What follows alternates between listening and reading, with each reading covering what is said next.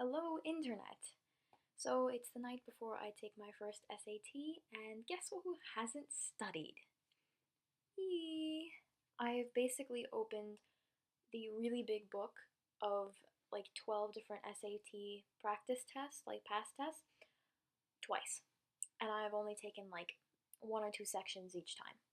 So when I carried around this book, Hack the SAT, all day at school, I was asked 3 times, so, what did you get on your practice SAT? Does it look like I took a practice SAT?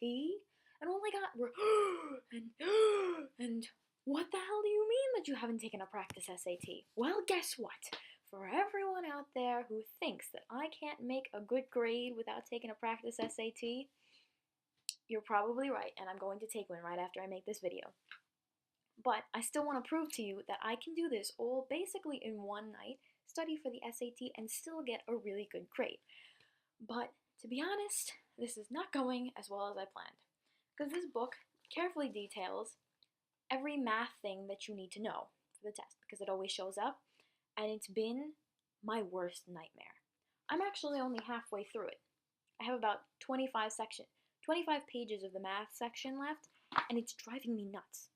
It is basically a compilation of every single question in my entire life that I've basically come across and said, nah, I'll just fail this test. I do well enough already. It'll just, be a dip in my grade by about a couple points, but who cares? Because I don't want to learn it because I hate it. It's hard.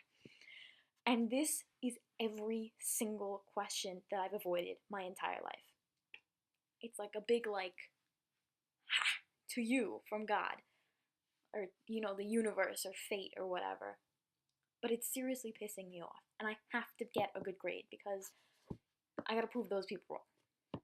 And I feel like some parents, there are two different kinds of parents. There are the parents who are like, just get a good night's rest, you can't study for this test, don't worry about it, eat a good breakfast. And then there are the parents that are like, this is the be-end all. This is the be-all, end-all of all tests. This determines your entire life, your career, your college, your future. How your kids will pay for college is determined on how well you do on this test. And it's a lot of pressure, okay? And kids, I think, understand the amount of pressure that the SAT puts on you more than anybody, because we had to take it, and we know how hard it is. So, there you go. And not to disagree with the parents, because I don't think it has anything to do with my skill level at all, but I know that it's really freaking important. Like, this test is the difference between me getting into Ivy League with a 2400 and me getting into community college with a 1600. So, I'd rather get like a 2100 and just go to the school that I want to go to. But it's driving me nuts. I have about 100 different vocab words to learn by tonight, and it's like 8:30, and I have to get up at like 6 so that I can take a shower and get ready to go to the practice SAT site, which freaks the heck out of me too, because first of all, I don't know when the test starts. All they said was get there by 7:45. What the hell does that mean? Do you start at 8? Do you start at 8:30? You start at 7:45? What if I get there late and it starts at 7:45? What the heck happens then? Then you get disqualified. Then you have to take it next month and you gotta sign up again. And it looks like you got like a 0 on your first SAT. Well, that's bad because you need 200 points to put your first name on the test. And then when you get to the testing site, heaven forbid that you even get there on, please, just to get there on time, you have to sit there for 15 minutes and fill out a bubble sheet.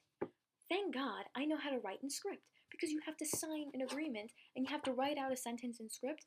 And there are kids who don't know how to write in script. They're just like, connect the letters. I'm sorry, connect the letters on a capital G, because that thing was murder, okay?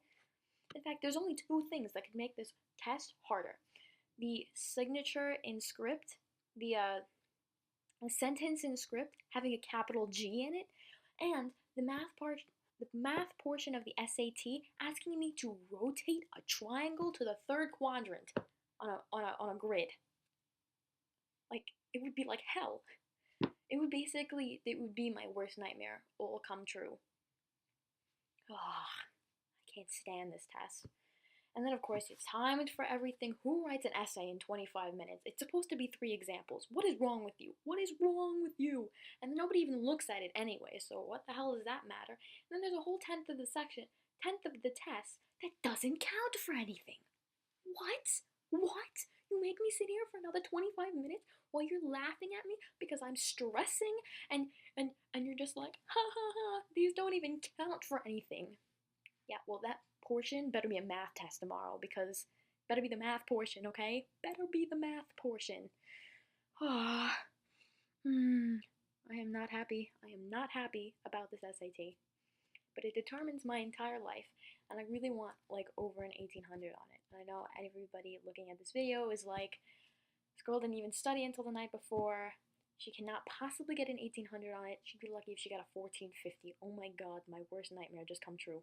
No, I am getting at least an 1800 on it, okay? It's gonna happen. I don't care.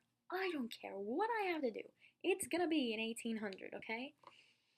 That's still only like, I don't know, 1800 divided by 2400. That actually goes in evenly, I think, with sixes. I don't know. See, this is what I mean. Like, thank God we can use our calculators, which the people taking the new one won't have to do. Because apparently there's going to be a certain part of the test where you can't use your calculator. But what if I forget what 2 minus 3 is? I need to check on the calculator. What if I just blank and I'm like, no, it's -5. No, it's -1. But I need the calculator to reassure me that it's -1. Or else I'll lose my mind with the careless errors that I could have.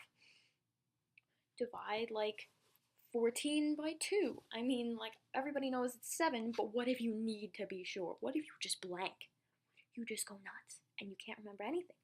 And how are you supposed to get it anywhere? How are you supposed to move on in life?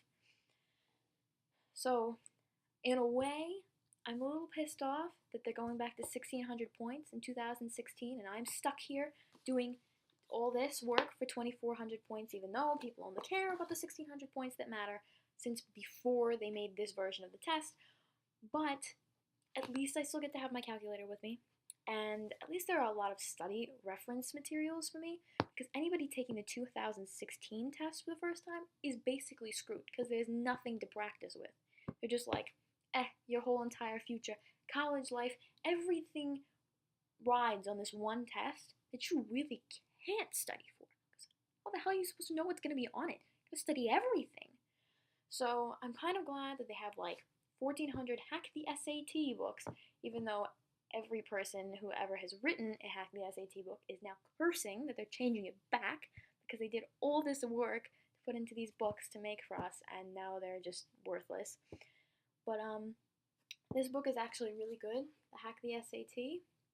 I would recommend you buy it. It is not mine. It is made by Eliot Schrefer, him down there. And it's cute and it's catchy and it's nice and everything, but I'm still very much stressing. Like, I bought 2 of these things and I've already gotten to like there. Okay, so I honestly plan on staying up all night and getting like 2 hours of sleep. Maybe going to sleep at like 4. It's 8:30 now, and I drank basically 1 bottle of this. I'll drink another one at midnight, and because 2 doesn't want to really have to go to the bathroom in the middle of taking the SAT. But as long as I'm awake to study for it, I don't care. That has been my rant about the SAT. I hope you all enjoy it. I hope everybody taking it tomorrow does really well. That's about it. Bye, Internet.